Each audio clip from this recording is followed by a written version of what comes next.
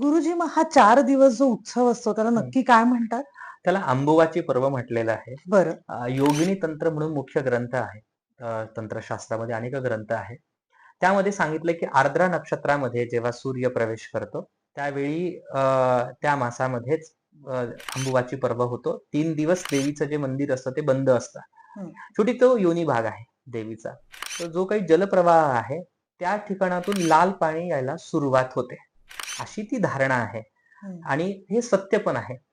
तर देवीचं ते स्वरूप म्हणजे तिथून 3 दिवस मंदिर कपाट बंद असतं आणि तिथे पंचक्रोशीमध्ये काही जे काही कामं असतात ते होत नाही. पण मग ते खरंच दरवर्षी 3 दिवस मंदिर ते बंद मंदिर असतं? बंद असतं, तो उत्सव तसाच असतो आणि वरतून त्या ठिकाणी देवीचं जे काही गुह्य भाग आहे, त्या ठिकाणी काही वस्त्र ठेवले जातात हं. आणि तेच वस्त्र कामाख्या वस्त्र म्हणून प्रसाद म्हणून भक्तांना वाटलं जातं, की जे त्या पाण्यामध्ये मर्ज झालेलं आहे, भिजलेलं आहे, तेच तुम्हाला वाटलं जातं.